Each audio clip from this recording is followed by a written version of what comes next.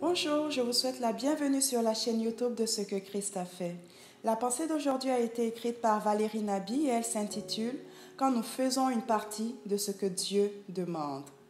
Imaginez avec moi l'histoire d'une jeune fille à qui Dieu demande de se séparer du jeune homme qu'elle fréquente parce que ce dernier n'est pas une bonne fréquentation pour elle et qu'elle devra mettre fin à leur relation.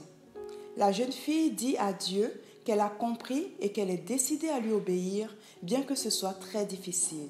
Elle écrit au jeune homme pour l'informer de la fin de leur relation. Dans sa réponse, ce dernier lui exprime sa peine, sa souffrance par rapport à cette décision. Il lui rappelle les bons moments passés ensemble. La jeune fille maintient son point, mais décide qu'elle viendra le visiter de temps à autre. Ce qui était censé être occasionnel devient fréquent au point qu'elle finit par tomber enceinte et se voit rejetée par le jeune homme. Elle vivra une vie de misère et de souffrance. Selon vous, a-t-elle réellement obéi à Dieu? Alors que le peuple d'Israël devrait entrer à Canaan, Dieu leur a dit d'exterminer complètement tous les habitants de ce pays, leurs ennemis. Dans Deutéronome 7, versets 1 à 2, Moïse dit ceci. « Le Seigneur votre Dieu les livrera en votre pouvoir et vous les battrez. À cause de lui, vous les détruirez alors complètement.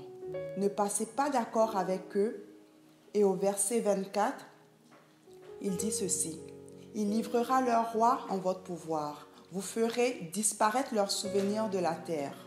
Aucun d'eux ne restera en vie devant vous. Vous finirez par les tuer tous. » Quand vous lisez le livre de Josué et le début des juges, vous voyez que Josué et le peuple d'Israël avaient exterminé la majorité des peuples, mais pas la totalité. Ils avaient épargné certains peuples, dont d'autres qu'ils ont soumis à l'esclavage. Ils trouvaient un certain bénéfice à le faire. Et ce que Dieu avait interdit arriva. Les Israélites s'allièrent avec ces peuples par mariage. Pire encore, ils se prosternèrent et adorèrent leur Dieu.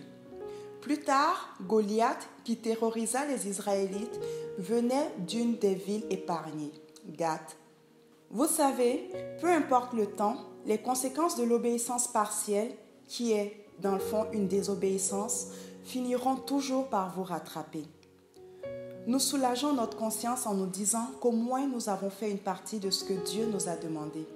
Mais aux yeux de Dieu, l'obéissance partielle a la même valeur qu'un non à sa volonté. L'obéissance en partie de Saül lui a valu sa royauté et a avorté les plans merveilleux de Dieu pour sa vie.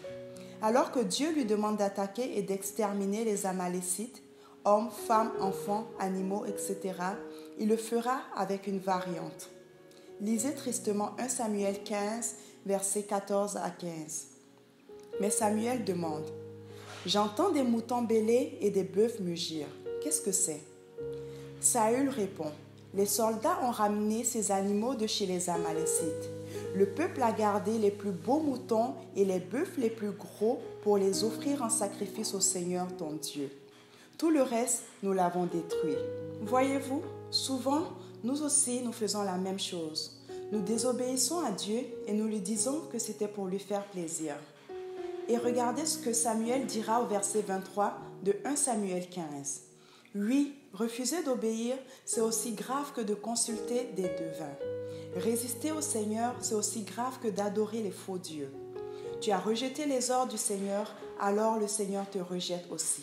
Tu n'es plus roi. » Alors, si tu es dans une situation où Dieu t'a demandé de faire quelque chose, que l'Esprit de Dieu t'a convaincu de le faire, ne le fais pas en partie. C'est peut-être difficile, tu vois certainement des bénéfices à ne pas le faire totalement, mais obéis. Fais ce que Dieu te demande de faire. Le Seigneur t'aime et veut ton bien. Il ne te demandera pas quelque chose qui ne soit que pour ton bien. Amen. Si vous venez sur cette chaîne pour la première fois, je vous invite à vous abonner et vous recevrez chaque semaine des messages inspirants, édifiants qui viendront vraiment vous accompagner dans votre marche chrétienne. N'hésitez pas également à partager cette vidéo et à aller visiter notre site web au www.cequechristafait.com. Pour toutes vos interrogations concernant la foi, vos témoignages de ce que Jésus a fait dans votre vie, ou si vous voulez entendre des témoignages de ce que Jésus a fait dans des vies. Et enfin, pour vos besoins de prière, nous vous donnons rendez-vous sur notre site web dans l'onglet témoignages pour nous partager votre témoignage ou écouter des témoignages. Et dans l'onglet tour de prière pour tous vos sujets de prière et vos questions. Aussi, nous vous attendons sur la page Facebook de Ce que Christ a fait pour moi. N'hésitez pas également à liker notre page et à la partager à vos amis. Nous nous retrouverons la semaine prochaine pour une nouvelle vidéo. Que Dieu vous bénisse.